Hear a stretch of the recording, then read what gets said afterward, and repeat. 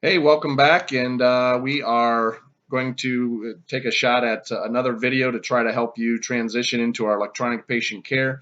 We are planning to go live with this December 1st, which means there will be no longer the availability of doing the paper reports. All patient care reports and assist forms will have to be completed rather on image trend. So we kind of want to go over that. And I also want to talk about the ability to connect to the internet now in the squads. We do have the Verizon Jetpack, they're called. Those are in the back of the squad in the action area. We Velcroed those to the action area there somewhere. Uh, you'll have to, in many cases, turn that on to get access. The on button is in the top right hand corner. Just press and hold that. And then when you fire up the laptop that's in the squad, that should connect automatically. If not, you may have to go through and enter the password, but we've attempted to set those up ahead of time, and they should automatically connect. So you do have internet connection. And you will need internet connection at some point when it comes time to enter a report. You do not necessarily need it to begin a report. You can enter information on Elite Field and without internet connection. However, in order to post that run, and by posting it, that means you're either done with it or you're going to post it to work on it later at home or on a different device um, through Elite. If you're on Elite Field and you post it, you will have access then by logging into Elite Field, and that's what I have up here now. And if you want to make note of this website, this is the website that you'll go to get to Image Trend Elite. And when we get here, you'll see that this is going to be a little different than uh, what the when you log in on the computer and you just hit the icon on the tablet. It's going to take you to a release form, which you'll have to agree to the privacy statements. The first page is basically some announcements, and those don't change frequently. That talks about any new releases or updates that they have put out, and it's good to check in on that and look at that. But for most of you, you will not have all of these options. Obviously, I'm an administrator of the site, so yours will read Henry County South. I do want to point out that everyone should have access to the Help University, which has a lot of resources on how to enter information. It actually has some webinars, videos, and plenty of good information there for you. Most of you probably will not have anything in these tabs until you get to incidents. This is where if you click View Existing, all the incidents that you are listed as a crew member on that have been posted will show up here. So for instance, that run 3 o'clock in the morning and you get back and you've got most of the run done, but you really just kind of want to get home, or it's going to take some time and you want to do it at home. You can post it from Elite Field, and then it will show up when you log into this site. Notice here it says Elite Field Login, and that's where we should be doing a majority of our in the field data entry. One of the things that when you can do it, you can create a new incident here, or if you view an existing one, they suggest that you continually hit save. Elite Field, it will save that automatically for you after each keystroke, basically. Whereas in Elite, where we're at now, if you would go to enter a new one or view an existing and continue on in a report, be sure to continue to hit save so that gets saved. So right now we're actually, let's log into Elite Field and get into kind of entering a run report.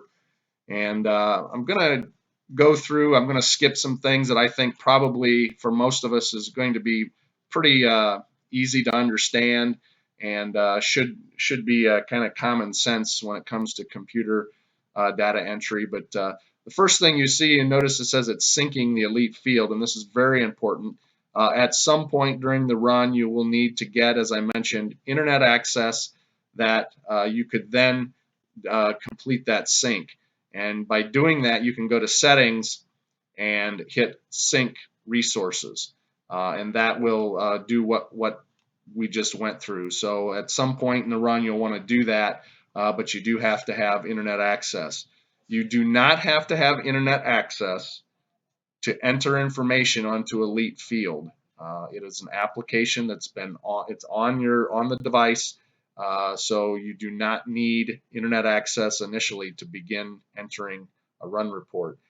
The only time you will need internet access is when it comes time to post that incident.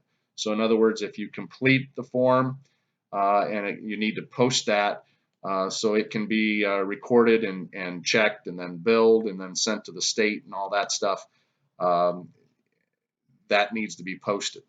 So first thing, this is what what it will show. This is just shows a prior run that I had entered. It's a fake run that I had entered. It'll give you the date. And you'll notice the 82 means that I'm not to 100, so it probably wasn't a complete, very completed run report. But you also notice that I posted that. Therefore, I could go ahead and work on that back on the Elite Field, back at my desktop, either at the office or at home or wherever. When you enter a run report on the device in the squad, until you post it, you will not be able to access that run on any other device.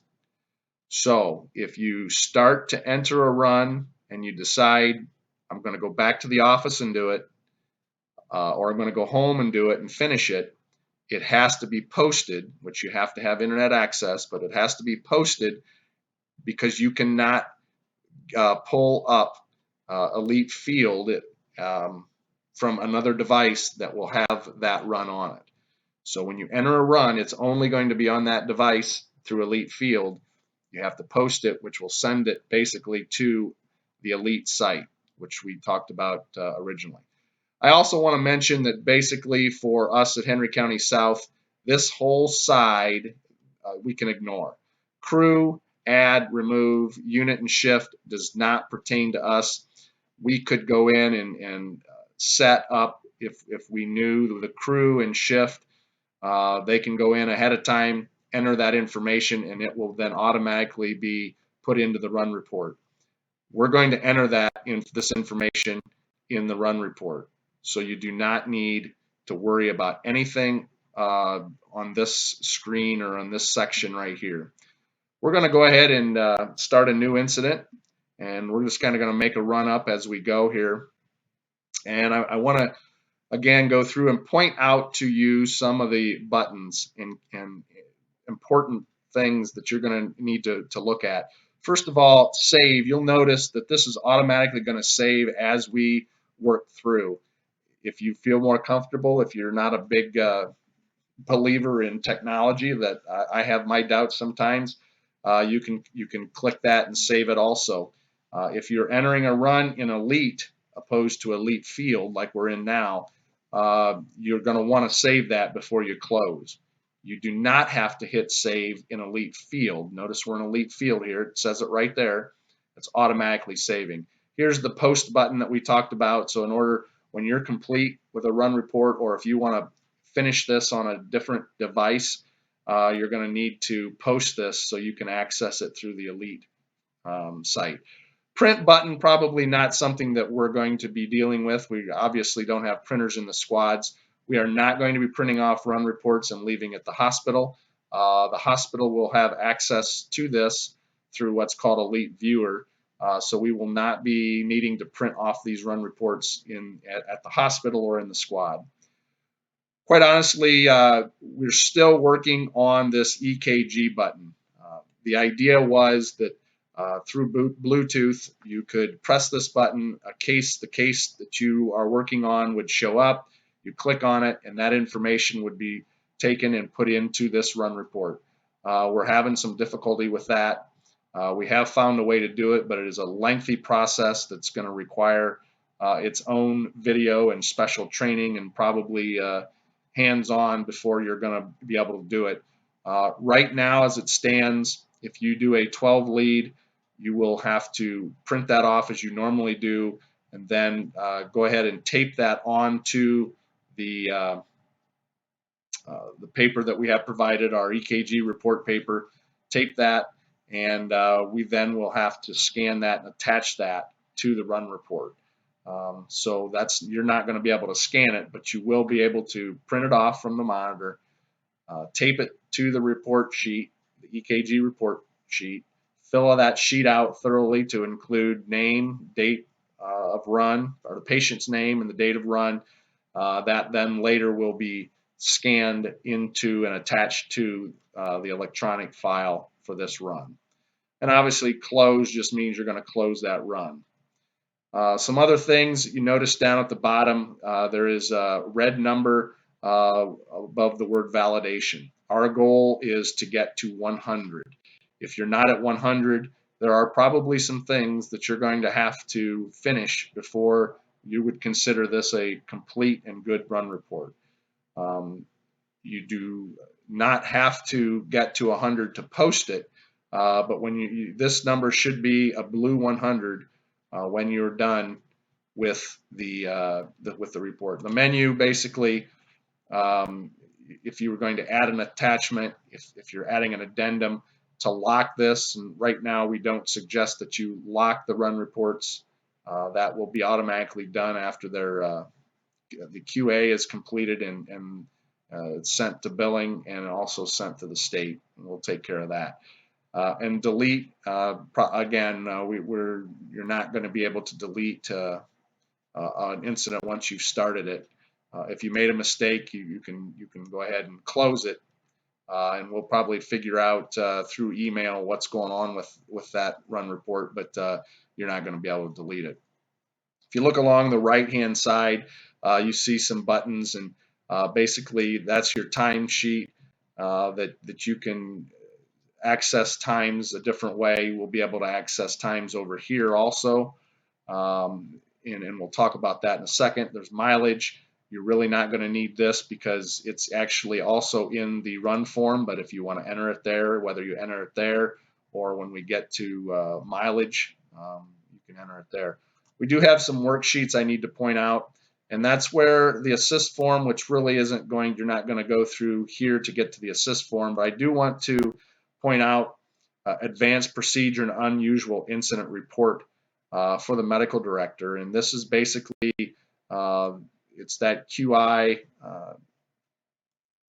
worksheet that we have always been required to fill out when we do an advanced procedure, whether it's CPR, sign off, an AMA sign off, basically an IO insertion, a needle decompression, or any unusual incident. And basically, these are just text fields that you can type in and explain, and then that can become part of the run report. The medical directors will then have access to this, that they'll be able to look at that. And we also can file that automatically through the website, their Northwest Ohio EMS website. For those individuals that have the ability to administer controlled substance, this is a controlled substance waste form that will have to be completed regardless if it's a waste or not. So if you, let's say, open a 4 milligram vial and you use 3 milligrams, obviously there's going to have to be 1 milligram wasted, and you'll enter that information again with buttons. You will have to type in the drug name and type in the amount used, and then 2 individuals, the administering medic and then the witness, will also have to fill in that and sign this. This does have to be completed every time one of these controlled substances is administered. It will light up red and show that you need to complete this when you have a controlled substance, even if there is not any waste. If there's no waste, you would then put 0 for amount waste, and NA in the rest of these. So that will need to be completed and we'll talk more about that when it comes time to entering advanced type runs. Power tools, these are, I think, a really neat way to document whether you're doing an assessment. You can document your blood glucose reading here or in the vitals tab. You can enter vital signs here.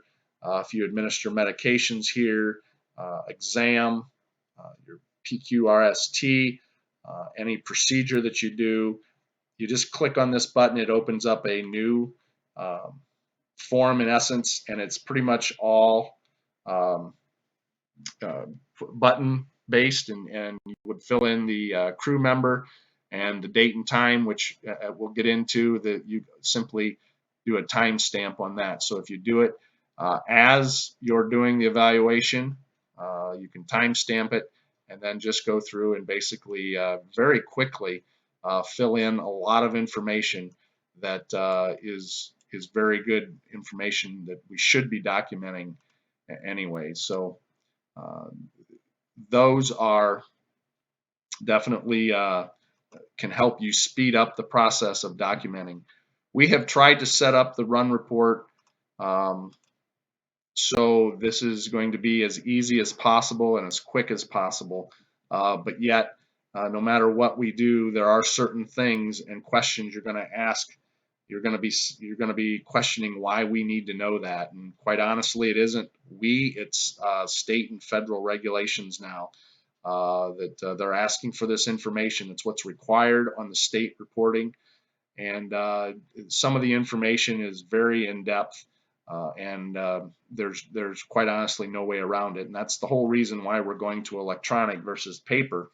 That you need to the amount of information that we're asked to collect now. There's just no way to do it on paper anymore. So we are heading in the direction of everybody probably at some point. I'm going to say in the next 5 years will be required probably in EMS to be electronic. So um, that's one of the big reasons. So let's get started. Type of, and basically you're just going to run through the run report and answer the questions.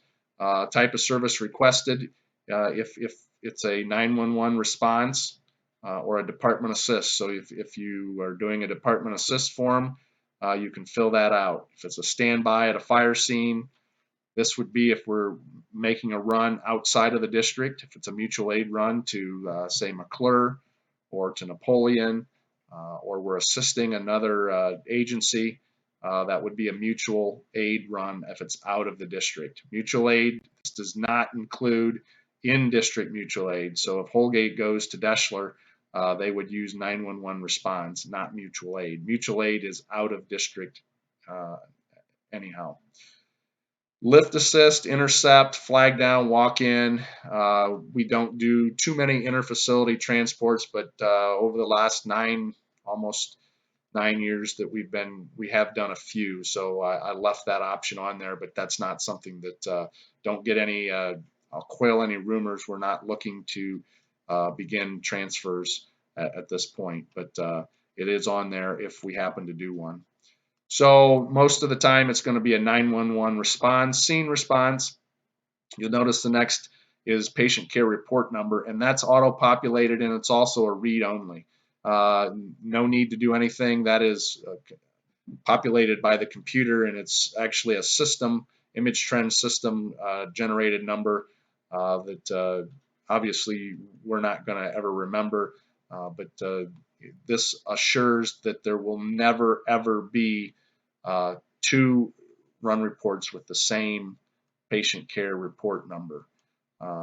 We also in the background are populating our run number, an incident number that you won't even see until it's posted, but that number is different, and it goes by date and the number, which run it is for that point in time. But this number is not something you'll need to worry about.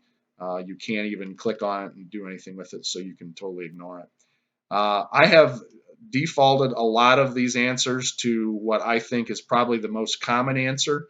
However, you can change some of these. So EMD is emergency medical dispatch. We know that our dispatchers in Henry County are EMD trained, but we don't always know uh, if there was any pre-instruction uh, or pre-arrival instructions given. So that's defaulted if you know that they were. If they say CPR, you know that they're instructing them on CPR, you can click that. But it's defaulted to yes, but it's unknown if pre-arrival instructions are given.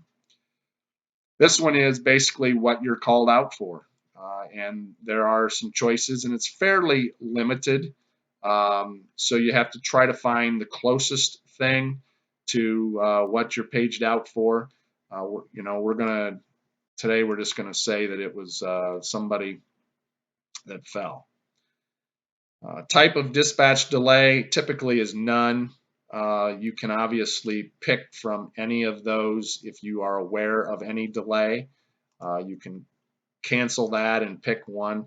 By the way, let me just point out the differences here in our drop down. So when you have a drop down with an arrow, that's called a single select. You're only going to be able to pick one of them. However, when you have what they refer to as the hamburger, the 3 lines, you can multi-select as many as you want. So the multi-select versus the single select. And also this button here with the 3 lines with a dot in front of it basically will, it's a different view of the same choices. So if you'd rather see them on the side here and then click, by the way, these are touchscreen monitors, so you can touch the monitor and instead of using the mouse and the cursor. But it's just basically a different way of viewing that. So that's what those buttons. Of course, this is just the not applicable or the not button they call it. And not all of them have it, but there are some in some cases where it's not applicable. So basically, we've completed all that. That's done already. We go to unit information, EMS vehicle unit number. The first 2 numbers are the year the squad was purchased, and that there was basically 2. And in what order? So 0801 is the Hamler unit, 0802 is the Deschler unit. It's not in alphabetical because the Hamler unit is going to be going away when we get the new squads. Those numbers will not change. You need to know what vehicle you're in, and obviously these are the 1001 is the Holgate, 1002 is the Malenta, 1501 is Medic 2, the Tahoe, and that 9901 is the backup, which again will be going away. So when we get the 2 new squads, we will add 2 numbers to here. We'll delete the 9901 and the 0801, and we will add 17-01 and 17-02. You may be in a different squad. We may be rotating these squads around. So your call sign is basically what we're used to. You're not going to use these numbers to communicate. This is just simply a vehicle number, but our call sign is pretty obvious there. So today we're going to say that this is we're going to do a Deschler run. So we know Deschler vehicle right now is using 0802. By the way, these numbers are on a little sticker, both in the front and the back in the action area. And we're going to say this is Deschler EMS. The primary role basically is always going to be ALS ground transport because we have that capability. But the level of care is basically what we're going to be charging for that. So it depends. Even though you have a paramedic, ALS paramedic, but you don't do any paramedic or ALS activities, if you're going to have to put basically BLS. If there was a paramedic, it was a BLS paramedic. If it was a EMT, it's the highest level, it'd be a BLS EMT. So the ALS BLS is determining, how are we charging? This is going to be an ALS or BLS run, and basically if you're doing an advanced procedure, and an advanced procedure is like an IV, 12 lead, that type of thing. If that's done and you have that paramedic, it's ALS paramedic. If it's those things are not done, it's going to be, and you have just a basic in the back, it's going to be a BLS basic EMT. So we're going to say that this is just going to be a BLS run today. Then we're done with that. We have to click on, this does not automatically go to the next screen, so you have to click on the next screen. Simple question, first EMS unit on the scene, yes or no. If you were the first EMS unit on the scene, you're going to click yes, you were. Here in other agencies, I've listed all the agencies that we may be mutual aiding with or may be on scene, to include Coroner, Henry County EMA, the Sheriff's Department, all the fire departments, including the ones around us, Life Flight, all the helicopters, the ProMedica, BCI in case there's BCI on scene, State Patrol, and if there's something that I missed, let me know. We can easily add that. But you're going to put all of the people that were on the scene, all the different agencies that were on the scene. So for this one, we're going to say Deshler Fire was on scene with their first responders, and you can see the choices you have there. You're just going to pick the closest one. For if it's another squad from the district, it's just EMS mutual aid. It's Medic 2 can be ALS intercept. So that's pretty simple. There you'll have to click OK, and then if you want, if there's others, let's say Deshler PD was on the scene, and they are law enforcement. So you can easily click that. And we go to, again, the obvious incident address, and we're just going to make up a street here, Green Street. And this is another neat feature that I think can be helpful. If you know the postal code, you can simply add it and then set from postal code, and it will fill in the rest of the page for you. If you don't know it, you can do location lookup and type in the city that you're at, and it will pop up. Basically, go to Deshler, Ohio. There are some Deshlers in the country, but we're going to use Deshler, Ohio, and OK that. And notice now it auto populates that. So I think that's a neat feature. Crew information. All of the members of Henry County South are listed. If there's others, if you have a member of a different squad that is riding with you, they are not in here. That will have to be documented in the narrative. They will not be able to be in the crew. This is only Henry County South members. So today we're going to say that Nate was on the run. This should be auto populated to his level, and then we have to pick what their role was, and this is required again for the state reporting. We're going to say that he drove to the scene, and he was an other patient giver at the scene and on the transport. So that's a multi-select. You're going to pick everything he did. And then we're going to go and we're going to say that I was there also, happened to be in town, and I was an other at the scene, and I went on the transport also. And then we're going to add another one. Let's say the Medic 2 person was there, and that was going to be, let's go down and say it was Tracy. Tracy Stanford. By the way, you can search. If I just put in Tracy up the top, it'll pop up. That's probably a little quicker. Auto populates to his level, his role. Let's say he was on scene, but did not go on the transport. We're going to put non-transport scene support. If he did go on the transport, that would make him the primary patient caregiver. Okay, so we'll say that he, we're going for this, we're going to say that he did go on the transport. So we're probably going to need somebody to drive, and we're going to say that Willis was our driver. So Willis drove on the transport, but he was also an other patient caregiver at the scene. You can't have driver for transport and patient caregiver for transport, but obviously you can, everything they did, you should list. And again, there we're done with that. Response times, You'll notice the little button that has the clock on it. That's a timestamp. That'll give you the current time. Happy Thanksgiving. I'm doing this on Thanksgiving morning here before I'm getting ready to take off and feed my face. But you can do a timestamp, and then and that's why I've said it's important for that second or third person that might be in the squad to fire this up and pull up and open up an incident, so you can timestamp. When you get at the scene, you can simply timestamp it. We do have to have an arrived at patient time, and obviously we're probably not going to be taking these devices into the house. We're going to leave them in there and enter information later. Um, so if you have to enter a time, you can simply click on it and type it in.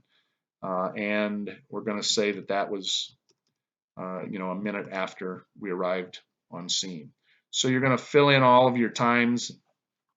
Notice another time that's different than what we're used to: patient transfer of care time. That basically is a minute or two after you arrive at the hospital, or if you get at the hospital and they make you wait a few minutes for a room, then you would, whenever that you basically transferred care of that patient, is what time will go in here. This is the time you left the hospital, and then back in quarters time. Unit canceled, obviously, unless you were canceled, will not be filled in. That'll be left blank unless it's a true cancel. Notice the red exclamation point, and then in the box it's highlighted in red with a white exclamation in a red box. That is a required field. You have to have that in. That's part of the state reporting. At some point, you had to go back in service, so you're not able to get to 100 without completing all of those things, and obviously that's one of them. So we're just going to go ahead and obviously these times are not realistic, and that one would be blank, but we got rid of the red exclamation point. If you click on scene, incident disposition is basically what we're doing. And most times it's going to be, if we're doing a patient care report, it's patient treated and transported by this EMS unit. This is when we are actually transporting the patient. Here's all of our other options. The patient was DOA, was resuscitated. We did attempt resuscitation, but we didn't transport. It was called at the scene. So we evaluated, there was no treatment or transport required. So there's all kinds of options here. However, the main one is either going to be patient treated, transported, or if we put department assist, that changes what we have to fill in. But when we click patient treated and transport, notice all of these lit up red because there is required information in all of them. This is kind of a pain in the butt, but again, required single patient. The good news is if we hit single or none, a lot of those others go away. Notice it's a mass casualty. Well, if it's a single, it's not a mass casualty, and we're not going to triage. So if we put single, those go away. We do have to put in fairly specific information about the location, and our most common ones, nursing home. And if you put type in family, single family home is our most common. I've defaulted our response mode to the scene to emergent, and if you were emergent and they request no lights or siren, you can click that out and click whatever you want. It is defaulted to that, so if that's accurate, you're good to go. So then we go to patient condition, and basically, again, we're just asking questions. If you fill in that arrived at patient time back in the times section, it auto-populates for you your arrived at patient time. Was there a possible injury? Well, he fell, so yes, there was. No cardiac arrest. Was the patient oriented to place? Yes. Was the patient unimpaired by drugs? Yes. Was he 18? Yes.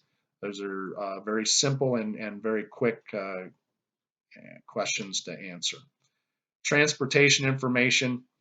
If we transported from somewhere to a landing zone, it would be ground to air transfer. If it Basically, so if we life flighted someone, ground to air transfer. If we transferred to the hospital, ground ambulance. That was our transport method. And again, we have to fill in these, but they're pretty easy. How was the patient moved to the ambulance? Was he on a backboard? Did he walk? Stair chair, lift tarp, stretcher is the most common. Transport mode from the scene. This case, we're going to say it was non-emergency. We went normal traffic. Position of the patient gives you all of those, different options. Most of the time, it's going to be Fowlers or semi-Fowlers. So it's a semi-upright position because let's say in this case is the guy's leg was hurt. We didn't have him on a backboard. He fell but hurt his leg. How was he transported from the ambulance? It was going to be stretcher. Type of destination is defaulted to hospital emergency department. There are some others. If we transport a DOA to the morgue, we could do that. Ambulatory care is a freestanding ED. Other than that, it's probably if we're going to, take them to, we flew them out by life flight, we would be EMS responder by air. Number of patients transported by this unit is defaulted to 1. However, if you're on the scene of an accident and there are 2 minor patients, minor injured patients, you can change that to 2 if you would like, but it's defaulted to 1. Trauma center criteria, that basically is if we do send them to a trauma, what was the criteria? Why did we send them? And there's a lot of options there. Obviously, they're not going to a trauma, so it's not applicable. Destination information just includes basically your hospital. All of the hospitals we transported there, you notice there are no Toledo hospitals that are listed. So basically, if you go to a Toledo hospital, which is very rare, you will have to probably do a not recorded and put it in your narrative. Anytime there's information not collected, that's very important information that needs to be noted, but it's not picked up in any of the buttons or boxes, put it in your narrative.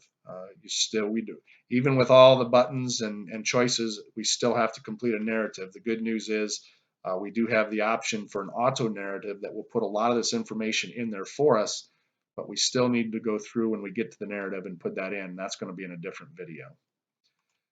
So we're going to say we went to Henry County Hospital. It auto-populates their code, and the reason was because it was the patient's choice. Final acuity, probably we're going to say it was low. Here's where we put the mileage in, and you still want to put in the 1/10 of a mile. And so that's information the driver is still going to need to record and write down for you so you can enter it later. And it automatically does the calculation there for you. We get into patient information. I do want to, this will be the last button I cover in this video, but you should click find repeat patient. That's going to search, and then it's going to let you put in if there's any other, let's say this person's name is Mary Smith, and there could very well be some Smith that we've entered, but it will search all of the database. This is not all inclusive back to when we start. This will be reset basically every year. So if you have a patient you transported 2 years ago, they may not be in here. So ours was Mary Smith. If we would have put in Mary, it wouldn't have come up anything, but you can see we made up, there was an Al Smith and a Sammy Smith. But if we look for a Mary Smith, we're not. To make sure you get the correct name, if there are several Smiths, or let's say there were several Mary Smiths, enter the date of birth. Make sure you have the correct patient before you go ahead and pick on one of them. But since there wasn't, we're going to go ahead and enter that. and you can tab through and enter these. You don't have to have a middle initial. Now you can hit the button. We do have to have a race, make up a date of birth. She was born March 8th, 1946. And when we click, it automatically gives us her date, and it's defaulted to years. If you had a patient that was just born, a newborn, and for some reason was born at home and she was an hour old or he was an hour old, you could put age 1 hour. But most of our patients are going to be in years. If you have a multiple patients and you click this add patient to incident, that will take you to a new form. Basically, you're going to still be using a lot of this information. So if you're transporting 2 patients, when you get to this, you're going to want to click add patient to incident. And you're not going to have to re-enter all of that information. That you're going to the same hospital, your mileage is the same, dispatch information is the same, but obviously starting now with patient information, that's going to be different. So if you add patient to incident, you don't have to re-enter all that initial stuff. You're just going to have to enter what is specific to that patient. Patient demographics is basically where we enter their address. And here's an important one for you: that does the patient live in the district or does live? Patient does not live in the district. Patient does live in the district. We're going to say it was, and it was the same. Their address is the same as the incident. Click that button. It's already all filled in. We're again done with that. Closest relative. If you have a minor, you need to put in who the if it was the father, mother, other relative, a sibling, or whatever. If you can enter this information, this is not necessarily required, of course, unless they are a minor. You can add phone numbers, you can add other information. If you have that information, great, enter it in. It's fairly easy to enter it in. I think the more information we have, the better, but not something that we're going to use unless most of the time, unless they are a minor, or if maybe they're unresponsive at the scene and not able to give us any information, and you want to document who was at the scene and what their relationship was. It's a great way to do it. So I'm going to end this video here. We're at a little over 42 minutes, and I think that's probably long enough to sit and listen to me talk for once. We're going to pick up the next time on patient history and finish this video, and I encourage you to continue to play with it. Beginning December 1st, you will not be able to play. It will be live. So I suggest that you go in and do that now before next week, as December 1st is really fast approaching. So right now, we're just going to close this. I'll be able to come back to it and open it later from this device. But I wish you the best, and hopefully easy transition to our ePCR.